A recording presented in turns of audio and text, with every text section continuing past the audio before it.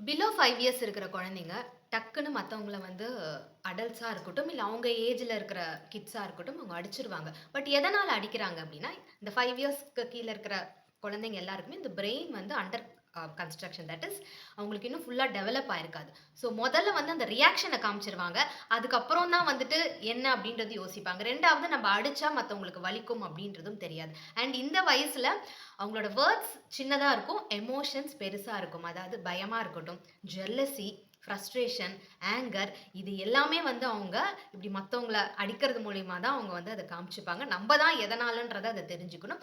And இன்னொரு முக்கியமான reason அவங்களுக்கு நெறைய பேச தெரியாது அப்டின்றதுனால, பசிச்சாலோ, இல்ல தூக்கம் வருது அப்டின்றதுனாலோ, இல்ல வேற ஏதோ உங்களுக்கு அந்த ஒரு அன்கம்ஃபர்டபுளா இருக்கு அப்டின்னாலுமே அவங்க இது மாதிரி ரியாக்ட் பண்ணுவாங்க. ஸோ அவங்களுக்கு வந்து இது மாரி இருக்கிற சிட்யுவேஷன்ல அத எப்படி ஹேண்டில் பண்ணணும்ன்றத நம்ம வாயால சொல்லி அவங்களுக்கு புரிய வைக்க முடியாது. பட் அது மாரி ரியாக்ட் பண்ணும்போது, அப்ப காமா இருந்துட்டு, அப்புறமா அத பத்தி ஒரு ஸ்டோரியா அவங்களுக்கு பேசும்போது தே வில் ரியலைஸ்.